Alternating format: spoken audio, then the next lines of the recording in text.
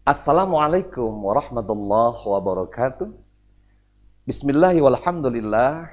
La hawla wa la quwata illa billah. Wassalatu wassalamu ala rasulillah la nabiyya ba'dah. Pemirsa Al-Baqiyah TV yang dirahmati Allah subhanahu wa ta'ala. Tatkala Rasulullah sallallahu alaihi wasallam diuji dengan ujian yang amat berat. Di antaranya salah satu, beliau menginginkan keturunan anak laki-laki. Begitu istri tercintanya Zainab kemudian melahirkan bayi laki-laki diberi nama Muhammad Ibrahim, tapi tidak sampai besar sudah meninggal. Begitu juga dengan istri tercintanya Siti Maimunah, hamil kemudian melahirkan anak laki-laki diberi nama Muhammad Qasim, juga meninggal dunia. Rasulullah bersedih hati. Muncul sifat manusiawinya, ya seperti kita. Karena sesungguhnya Nabi Muhammad SAW sama seperti kita punya perasaan. Syekh Ibnu Ruslan, beliau katakan, Muhammadun basyarun. Muhammad adalah manusia biasa seperti kita. Tapi walaisa kal basyarin, diberi kelebihan oleh Allah yaitu mukjizat. Tapi kalau kita nggak punya mukjizat. Nah, ketika bersedih hati, Allah turunkan surah bernama Al-Kautsar.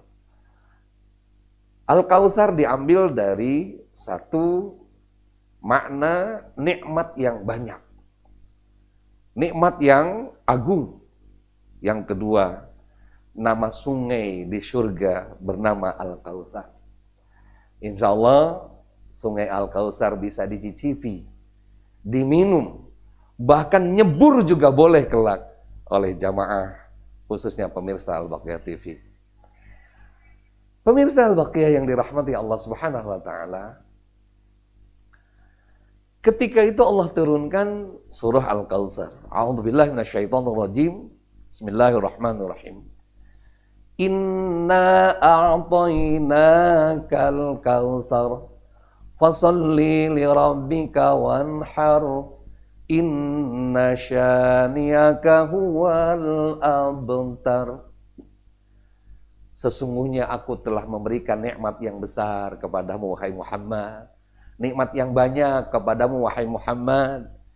Di antaranya engkau dari seorang anak yatim piatu kemudian menjadi nabi. Selanjutnya engkau mendapati Siti Khadijah yang hartanya berlipat dan engkau mendapatkan peperangan dengan kemenangannya, mendapat ghanimah, rampasan perang. Dan engkau pula telah satu-satunya nabi ya dan rasul yang disandingkan dengan namaku, kata Allah. Nabi Adam sampai ke Nabi Isa, tidak ada namanya disandingkan dengan namamu. Belum pernah kita mendengar Adam la ilaha illallah wa Adam rasulullah, enggak. Atau la ilaha illallah wa Isa rasulullah, enggak. Tapi yang kita sering mendengar la ilaha illallah Muhammadur Rasulullah. Dalam kumandang azan, asyhadu an la ilaha illallah wa asyhadu anna Muhammadar Rasulullah, selalu disandingkan dengan nama Allah Subhanahu wa ta'ala. Selanjutnya, nikmat yang besar yang banyak yang Allah berikan kepadamu wahai Muhammad adalah nikmat iman dan Islam. Nikmat rahmatan lil alamin, rahmat untuk seluruh alam semesta. Nah, itu nikmat-nikmat yang besar. Nikmat-nikmat yang banyak itu yang tidak dimiliki para nabi-nabi sebelum kamu wahai Muhammad. Fasalli, jangan lupa, kalau sudah punya kenikmatan yang Allah berikan, maka ibadahlah. Salatlah, kemudian wanhar dan berkurbanlah. Nah, sesungguhnya ayatnya sangat pendek tapi muatannya yang luar biasa untuk pengamalan yang amat berat. Karena manusia biasanya pikirannya sederhana, harta dapat aku, jabatan dapat aku, istri, anak dapat aku, semuanya dapat aku. Biasanya manusia muncul kesombongan seperti itu. Banyak manusia yang tidak mau berkorban di jalan Allah. Makanya disandingkan oleh Allah, digandeng oleh Allah, fasholli li rabbika, ibadahlah kamu kepada Allah, salatlah kamu kepada Allah, kemudian wanhar, jangan lupa berkorban. Artinya ibadah salat dengan kurban seperti mata uang dua sisi, yang apabila terhapus sisi yang lain maka tidak menjadi uang, atau terhapus sisi yang lainnya juga tidak bentuk uang. Maka uang itu dua sisi yang harus nampak daripada nilai uang tersebut. Itulah sholat dengan kurban, sholat dengan kurban. Maka kapan dimulainya ibadah kurban oleh Rasulullah SAW? Pemirsa, tahun ke-6 Hijriah, Rasulullah melaksanakan ibadah haji ke Mekah. Berangkatlah Rasulullah hampir dengan 10.000 umat Islam dengan menggunakan kain ihram tanpa membawa senjata.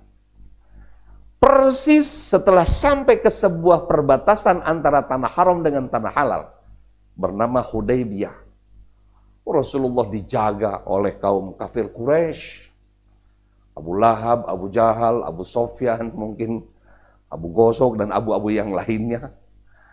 Mereka melarang Rasulullah dan umat Islam masuk kota Mekah.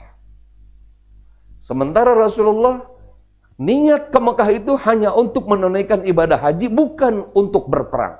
Buktinya Rasulullah hanya menggunakan kain ihram, tidak membawa senjata. Wah, ketika di perbatasan itu, maka terjadilah hampir pertempuran. Sehingga lobi-lobi dilakukan dari pihak Rasulullah, ada Abu Bakar Siddiq, ada Sayyidina Umar bin Khattab, ada Sayyidina Utsman bin Affan, ada Sayyidina Ali bin Abi Thalib, dan sahabat senior yang lainnya seperti Sayyidina Abdurrahman bin Auf, ada lagi Abi Waqqas. Kemudian dari pihak Abu Lahab, wah yang paling keras adalah Abu Sofyan. Siapa dia? Adik ibunya Rasulullah, pamannya Rasulullah. Sehingga hampir terjadi pertempuran, kata Rasul, jangan, sebab kita tidak membawa senjata.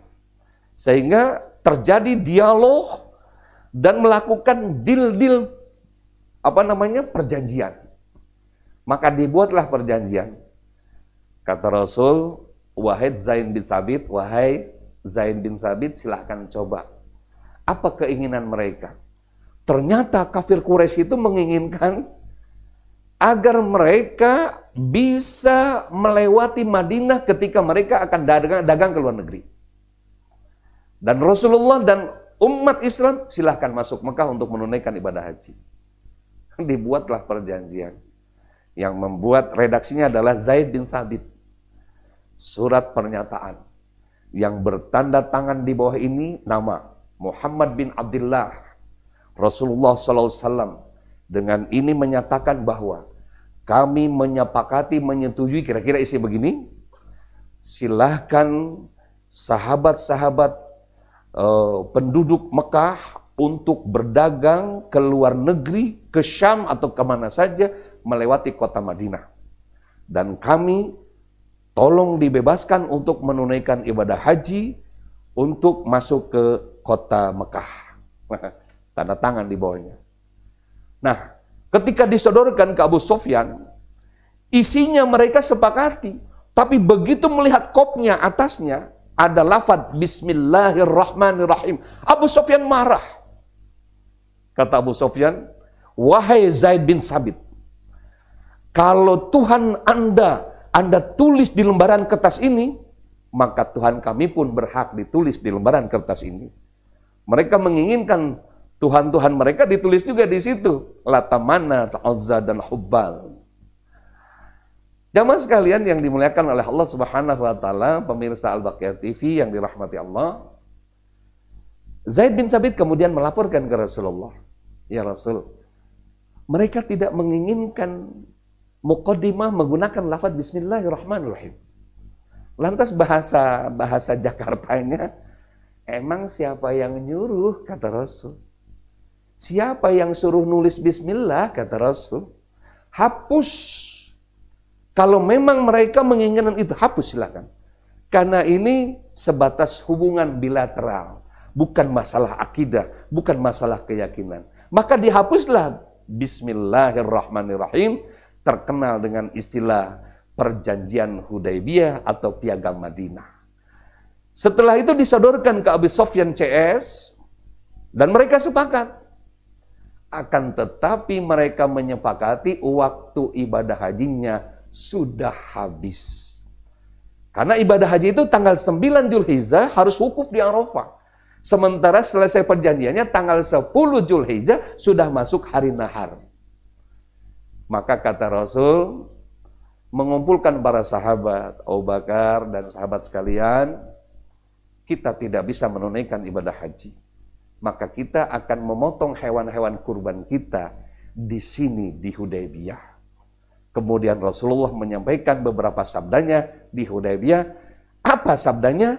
Insya Allah pada episode berikutnya kita akan sampaikan tata cara untuk memotong hewan kurban. Mudah-mudahan bermanfaat buat kita semua. Terima kasih atas perhatiannya. Assalamualaikum warahmatullahi wabarakatuh.